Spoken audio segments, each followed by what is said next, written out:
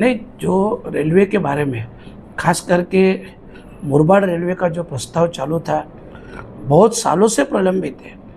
उसके बारे में मैंने पार्लियामेंट में क्वेश्चन उठाया।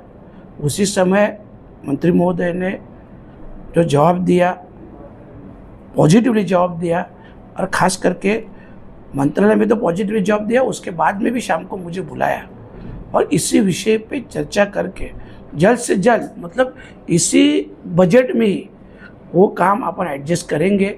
उन्होंने माननीय मुख्यमंत्री देवेंद्र फडणवीस साहब से भी बात किया है। मैं देखिए बीच में इसी काम के बारे में फडणवीस साहब को मिला था और उन्होंने भी पॉजिटिवली मुझे बताया था, क्योंकि ये जो प्रोजेक्ट बन रहा है इसमें आधा खर्चा सेंट्रल का है, आधा खर्चा स्टेट गवर्नमेंट का है, और इसके लिए दोनों की सहायता की ज़रूरत है। और दोनों ने भी पॉजिटिवली बताया और आने वाले कुछ ही दिनों में ये प्रस्ताव, क्योंकि इसके लिए एक समन्वय समिति बनाना पड़ेगी, क्योंकि केंद्र सरकार और राज्य सरकार दोनों मिलकर 50-50 खर्चा कर रहे हैं, तो जल्द ही वो समन्वय समिति बनेगी और इसी प्रस्ताव को मान्यता जल्द से मिलेगी। वो भी इसी जो बजट हुआ, इसी बजट के माध्यम में ही वो मान्यता मिलेगी। ये अच्छी न्यूज़ है और इसके लिए मैंने उनको धन्यवाद भी दिया। और ख़ास करके अपने भिवंडी से जो बहुत सी गाड़ियाँ जाती है, आपको भी मालूम रहेगा, और वो उनका स्टॉप यहाँ पे नहीं है, उसके बारे में भी एक लेटर दिया। उनके बारे में भी उन्होंने 7 गाड़ी में से 3 गाड़ी का तो तुरंत इन्फॉर्मेशन लेके मेरे को बोला कि नेक्स्ट मंथ अप्रैल से ज़्यादा मई मैं एक 3 गाड़ी का स्टॉप तो करवा सकता हूँ। उसके आगे की भी वो कोशिश करेंगे। बाकी जो सब काम चालू है अपने कॉन्स्टिट्यूएंसी में, उसके बारे में भी वो सब इन्फॉर्मेशन दिया। बदलापुर में ज़्यादा करके प्रॉब्लम हो रहा है, वो भी दिया। आने वाले टाइम में अभी जीएम की पोस्ट खाली है, आने वाले 15 दिन के अंदर जीएम की पोस्ट भर जाएगी और उसी समय जीएम से बात करके और स्थानीय जो भी लोग हैं उनको वहाँ मीटिंग में बुला के जल्द से जल्द वो भी समस्या हल हो जाएगी। और उसके लिए उन्होंने पॉजिटिवली बात भी किया है। और जैसे ही जीएम आएंगे, और मेरे को लगता है 2 तारीख को मेरा सेशन ख़त्म हो रहा है, तो जैसे ही सेशन ख़त्म हो जाएगा तब तक जीएम पोस्ट भी भर जाएगी। तुरंत उनसे बात करके ये सभी जितने भी मैटर है मेरे कॉन्स्टिट्यूएंसी में वो जल्द से जल्द सॉल्व करने की मैं कोशिश करूँ। हाँ, भिवंडी रेलवे स्टेशन पर जो अभी डेडिकेटेड कॉरिडोर का काम चल रहा है, उसको लेकर जो स्काई वॉक है, यानी जो भिवंडी से बसई जाने वाले या कोपर जाने वाले पैसेंजर्स हैं, उनको काफ़ी ज़्यादा कठिनाइयों का सामना करना पड़ रहा है। क्या आप भिवंडी रेलवे स्टेशन का विजिट करेंगे? नहीं, विजिट तो अभी मैं सेशन ख़त्म होने के बाद करने वाला हूँ। एक्चुअली ये बदलापुर में भी ऐसा ही हो रहा है, ये सब जगह प्रॉब्लम हो रहा है। पहले तो मेरा प्रपोजल था कि भिवंडी, बदलापुर, आसनगांव और वाशिम, ये रेलवे स्टेशन जो है इनको अमृत भारत करके जो योजना थी उनमें शामिल किया जाए, ताकि जितनी भी फैसिलिटी मिलती है वो सब मिल जाएगी। पर अभी उनका बात चालू है, कैसे पॉसिबल हो सकता है अभी तो नहीं बता सकता वो, पर इसमें फ़िलहाल जो काम चालू है वो काम के बारे में विजिट करके वो जल्द से जल्द होने के लिए और उसमें सुधार करने के लिए मैं पूरी कोशिश करूँगा। विरोधकांना रेल्वे कनेक्टिव्हिटीसाठी कुठे ना कुठे दूर असल्याचं त्यांना वाटते। ठाणे मुंबई सारख्या कनेक्टिव्हिटी त्यांना डायरेक्टली मिळत नाही आहे, त्यामुळे यासाठी काही प्रयत्न केले करण्यात येणार आहे का, की जेणेकरून वाडा रस्ता असेल किंवा वाड्यात भिवंडी अंबाडी जो रस्ता आहे त्या भागातल्या लोकांना याचा काय फायदा होईल, म्हणजे कनेक्टिव्हिटी वाढवता येईल असं? देखो, वाड़ा के बारे में है ना, वाड़ा में बड़ी एमआईडीसी आपको ही मालूम है, पर वहाँ एमआईडीसी आज की तारीख में 50 से 60% एमआईडीसी बंद हुई है। वो बंद होने का रीज़न भी मेन, एक तो ठीक है उनको जो फैसिलिटी चाहिए, बिजली की हो, रास्ते की हो, जो भी, उसके कारण प्रॉब्लम हो रहा था। और सबसे बड़ा प्रॉब्लम होता लेबर का, और लेबर का प्रॉब्लम ऐसे है कि वहाँ आने जाने के लिए लेबर के पास कुछ ऑप्शन नहीं है। जैसे कि अगर रेलवे होती है तो रेलवे से ज़्यादा कनेक्टिंग बढ़ती है और लेबर का भी जो प्रॉब्लम है वो भी सॉल्व हो जाएगा।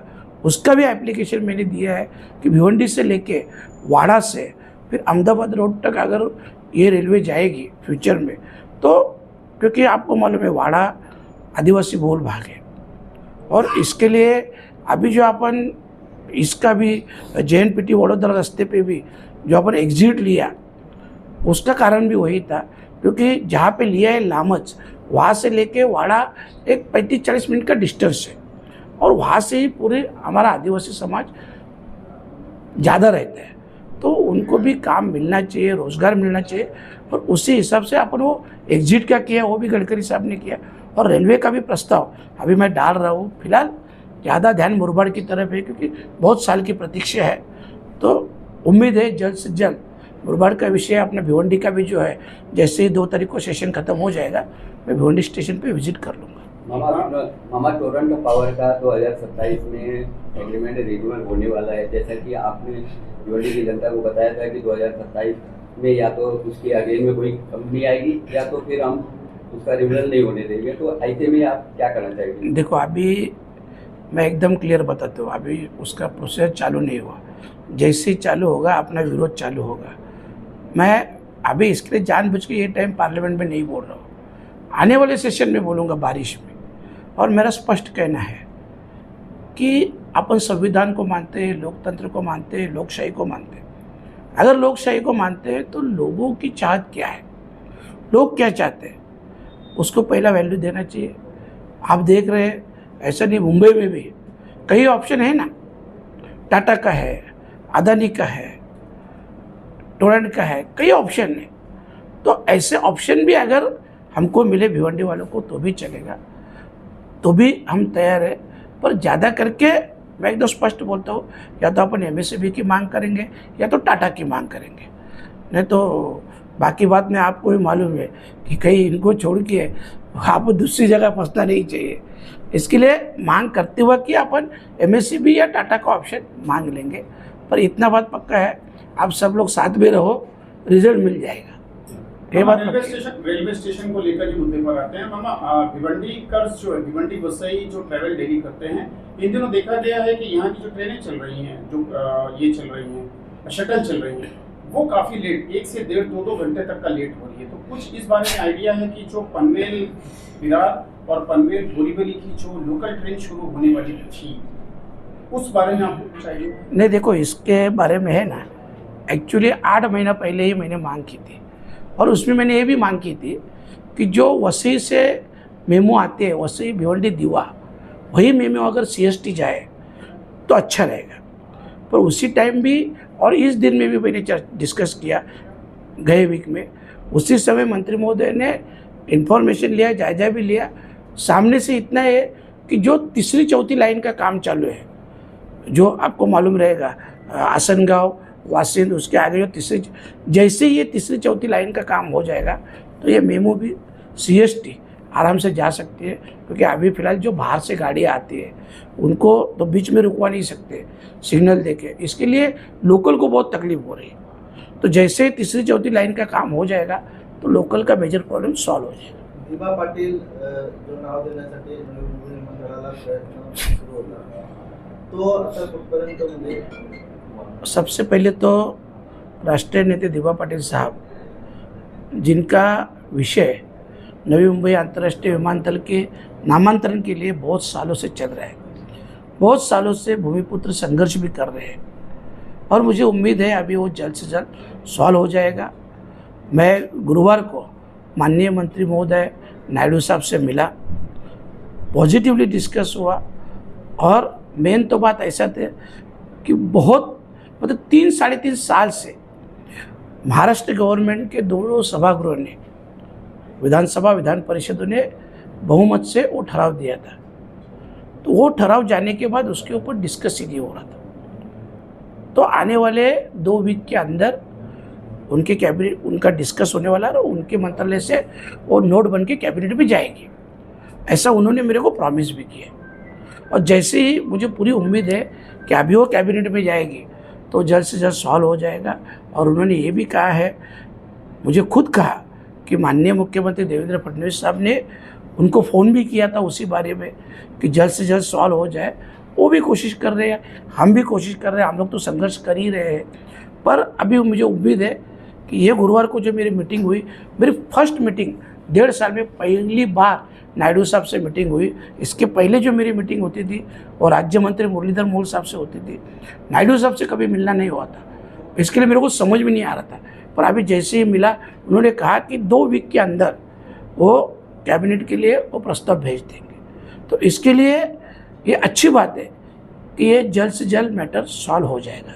भिवंडी शहर में और पूरे देश में देखा जाए तो पूरे देश में गैस की बढ़ती कीमत और कमी को लेकर के आप क्या करना है? देखो, कमी गैस की है, कीमत भी बढ़ रही है, सरकार क्यों झूठ बोल रही है समझ में नहीं आता है।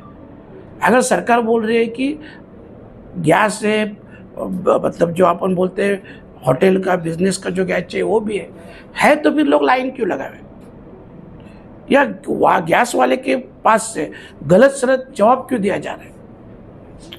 गैस कम है ये तो बात पक्की है।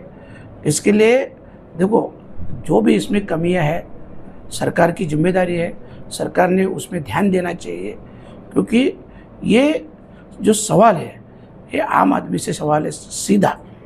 तो इसके लिए इसमें कुछ भी ये न करके सीधा, अभी तो सरकार बोल रही है कि हमने आदेश भी किया है, सभी हॉस्टल है या स्कूल है जो भी है वहाँ पे मिलना चाहिए, हॉस्पिटल है, आदेश तो दिए है, फिर भी आप रोज़ न्यूज़ में देख रहे हो लाइन तो लग रही है। तो इसके लिए मेरा कहना बोल के नहीं, प्रैक्टिकली गवर्नमेंट ने काम करना चाहिए। ओके।